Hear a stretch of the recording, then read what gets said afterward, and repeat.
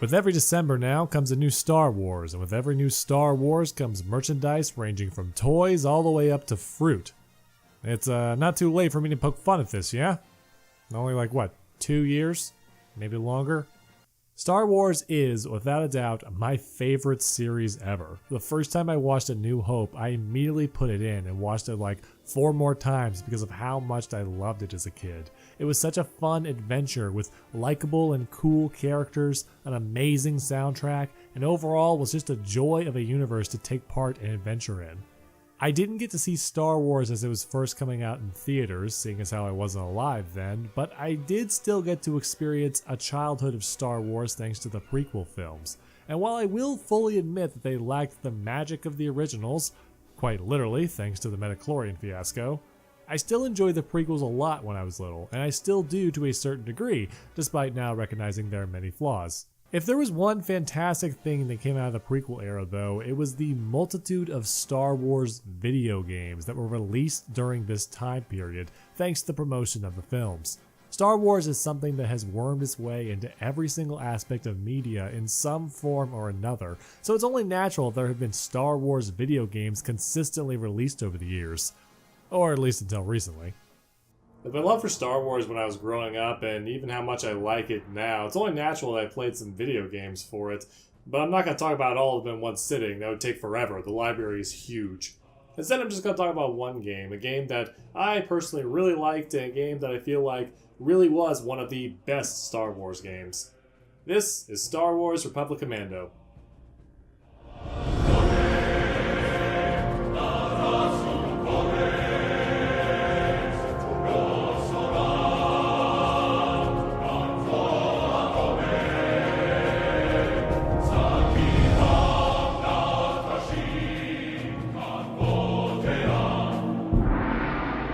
Star Wars Republic Commando is a first-person shooter developed by LucasArts for the original Xbox and PC. The game takes place during the prequel era of the films, more specifically between episodes 2 and 3. The game follows a group of specially bred and trained group of clones called Delta Squad, with the player taking direct control of the team's commander, Delta 38, aka Boss. You're joined by your brothers in arms and genetics, Delta 62, 07, and 40, aka Scorch, Sev, and Fixer. The story starts at the very beginning of Boss's training. And I mean the very beginning.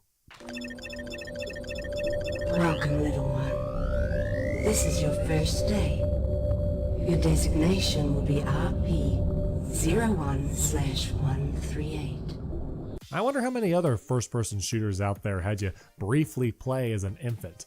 I know Fallout 3 did it, but that was like years after this. How far ahead of its time was this game? You know, on second thought, maybe not.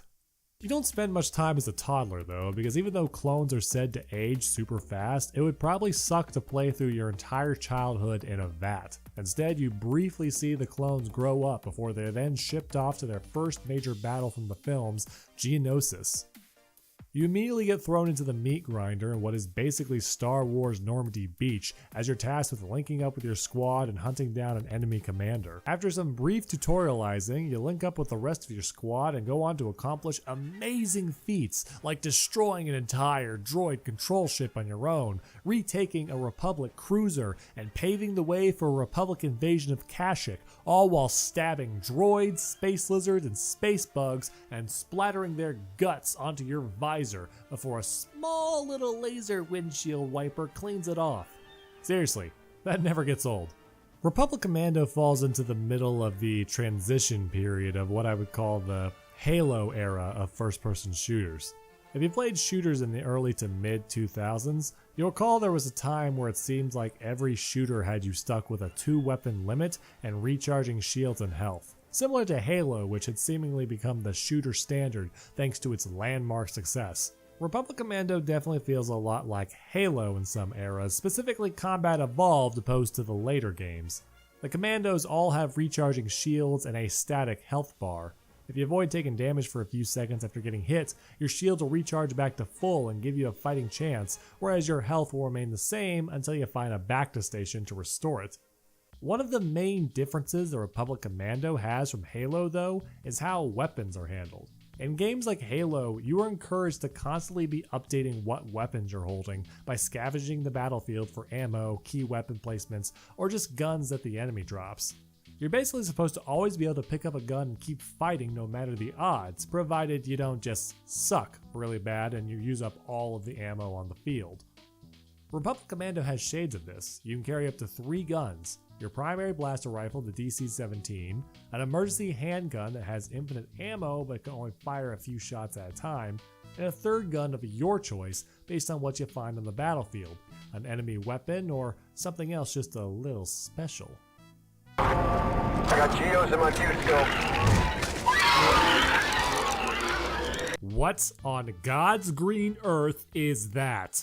The catch here is that your primary blaster, the DC-17, is actually more of a Swiss Army gun. It's got a basic blaster mode, a sniper mode, a grenade launcher. Hell, it can probably do your taxes and raise your kids if you let it. While it's possible to pick up enemy weapons and use them against their masters, you really never find anything that's more useful than the DC-17, with a few exceptions in certain circumstances. But even then, you pretty much always have some sort of attachment for the job.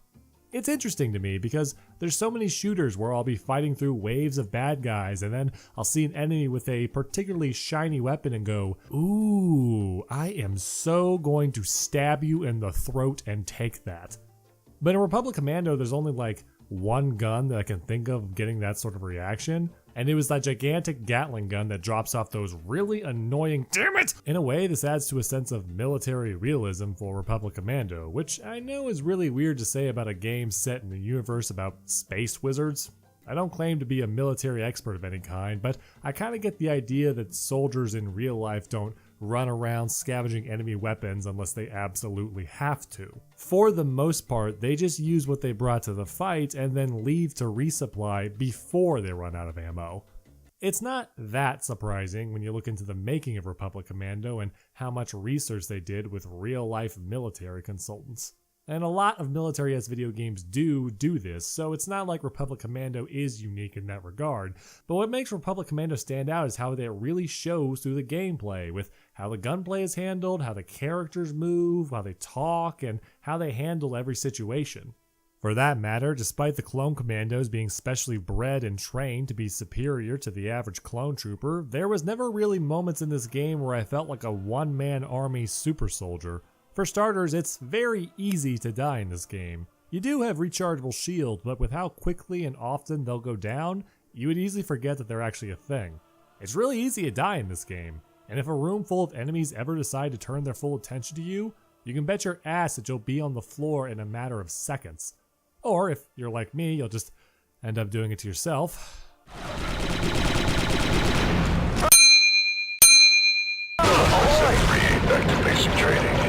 The thing that offsets this difficulty is your squad. The tagline for this game was, "The squad is your weapon." And they're not kidding. Individually, Delta Squad is made up of good soldiers, but they can be killed just as easily as anything else. Put them all together, you've got yourself the type of force that can take on anybody. The core gameplay of Republic Commando revolves around directing your squad to overcome each battle. Your squad largely has the same arsenal that you do. You can assign them to a variety of tasks in the field, like taking up a sniping position, booby-trapping explosive barrels as landmines, hacking the controls to a door so you can escape, having someone pick up your dry cleaning, and much more. Almost everything that you do in Republic Commando revolves around using your squad in some way to complete your objective, and often how difficult that is can depend on how good your orders are.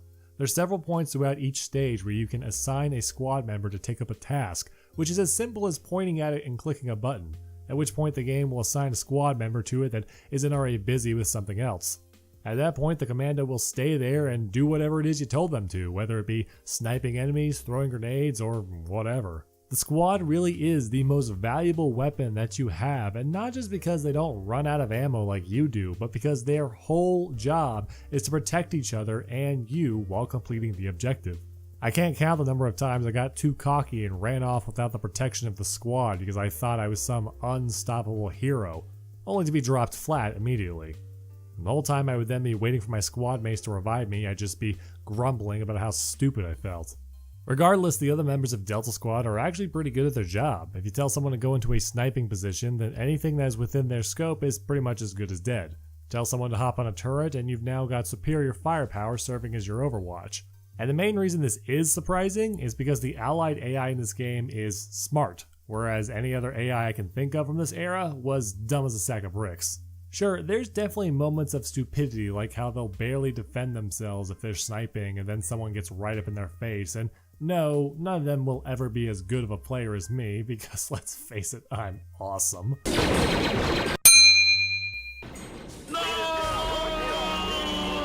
But beyond brief moments like that, I really felt like I could depend on Delta Squad to cover my back.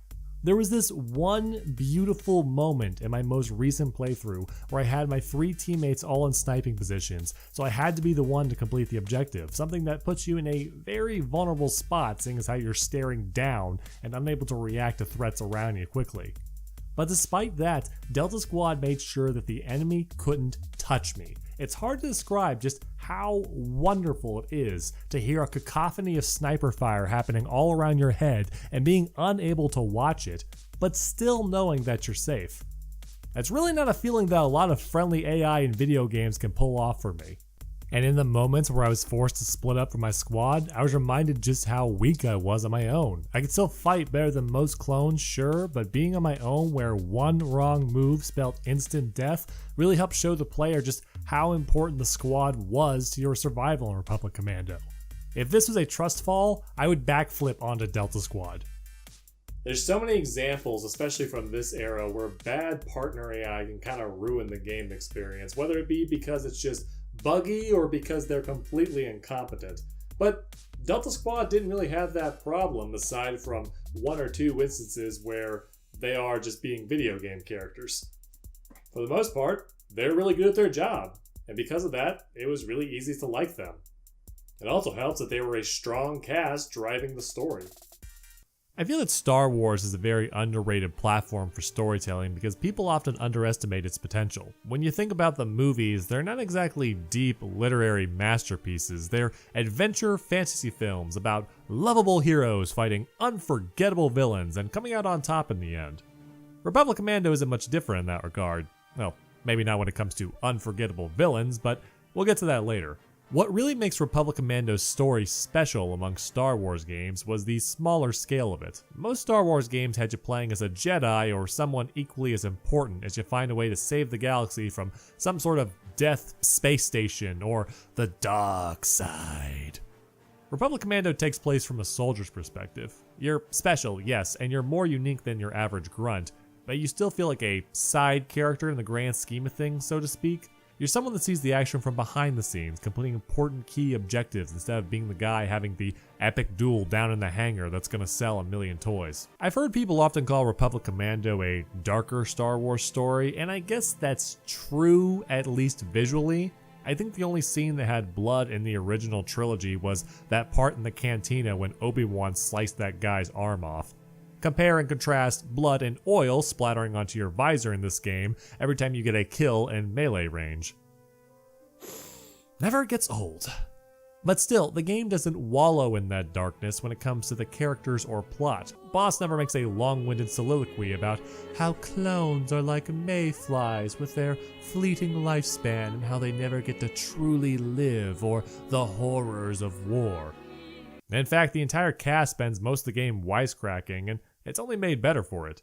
Someone important noted your excellence on Geonosis. You hear that, Sev? Someone thinks I'm excellent. Well, at least that makes 2 of you. It still manages to capture the essence of the fun of Star Wars while telling a slightly different story, if only thematically and visually. The classic sound effects and music, the iconic imagery, and the various bits of technobabble that can fill up an entire Wikipedia page are all here. Though I do find it interesting that I think this might have been the only Star Wars game I've ever played that didn't start with a long time ago in a galaxy far, far away title crawl, or end on the classic credits. It seems like such a little thing, but you don't understand how much it makes the game stand out from other Star Wars media until it's not there. It broke new ground! Probably one of my favorite aspects of the game is the cast, which is actually fairly minimalistic. You've got Delta Squad, your mission control, and maybe 1 or 2 people who talk over the radio for 10 seconds, but you never actually meet. That's pretty much it. But thankfully, the game makes use of these smaller casts by making each of the 4 main characters memorable in their own way. On the surface, each character is defined by 1 or 2 personality traits. Scorch is a jovial, wisecracker goofball. We'll make them regret the day they blew up Delta Squad. Sev is a stoic, cold-blooded snarker that loves to fight. A Scorch, nothing better than a jungle hunt. Hiding in the bush, putting a plasma bolt through a hostile's cranium. Makes me feel alive. Okay, now 07's giving me the creeps. Fixer is the no-nonsense professional smart guy, and How many kills you got today, Psycho? With a new wise guy. Keep this comm clear, you two. Boss has some traits of all 3, but most importantly is the leader and authority of the team. You lizards need to learn that I'm a lot scarier than you are. Huh. You know, all this is sounding mighty familiar to another series I know with characters like... Oh my god. The characters even have their personalities reflected in how they look. Fixer's armor is nice and clean to show that he's the serious and more professional member of the party. Scorch's armor looks like he's burnt to a crisp, which reflects in his careless attitude and also that he's the demolitions expert. And Sev looks like he's covered in blood because, well, he's a psychopathic badass. Even Boss's appearance plays into this, and that he doesn't really have one. There's pictures of him on the box and in official art, but you spend the entire game from his perspective, so you never see what he looks like. You can only look at your teammates, which kind of seems like the point. Your team is the most important thing to you. Your objective is to take care of them and order them effectively. What happens to you doesn't really matter. Or at least that's how I see it. It's possible LucasArts didn't plan it that way at all, but hey, overanalysis is fun. Isn't that right, game theory? I love Delta Squad. They are the driving force behind this game. When I think about what I love most about this game, it's not the part where you take an entire Republic cruiser by yourself or assassinating a Geonosis general. It's the fact that you do all of that with these characters by your side. Republic Commando is probably one of my favorite Star Wars games. It's a fairly decent Halo of a shooter, so to speak, but the main draw of it all was Delta Squad. Fighting alongside of them, growing attached to them. True, the game's not perfect. I definitely have complaints on it, just like I would anything else. Like how I think the game is a little too short, or how you can't assign tasks to specific squad members. The game just picks one to fulfill an objective for you, regardless of how far away from it they are or how much health they have. Or even that the game has no real main antagonist. They kind of make it seem like it'll be General Grievous, which is pretty exciting at the time, because we all saw him in the cartoon Clone Wars where he was a BAMF, and not the movie where he sucked. But no, nothing ever comes out of that. Actually, now that I think about it, this game also set me up for disappointment with the super battle droids. The Republic Commando, they're giant, frightening monsters, but when they came back around in Episode 3, we got this. Those are Jedi fighters, all right. Lucas giveth, Lucas taketh away. If you have $10, you should go on Steam and buy Republic Commando. Seriously, it is worth so much more than that, but at that price, it is a steal. In fact, if you have a spare $200, you should just buy the entire Star Wars library. Seriously, there are so many good freaking Star Wars games. Battlefront 2, Knights of the Old Republic, Knights of the Old Republic 2, get the Restoration mod, Jedi Outcast, Jedi Academy, Force Unleashed, so much freaking more. There's so many good Star Wars games out there, and a lot of them came out during the prequel era and beyond. Say what you want about the fact that there's now going to be a Star Wars movie every year until we're all dead, but if we can get some good Star Wars games again, I think it might have been worth it. Well, that being said, we're not exactly off to a great start, are we?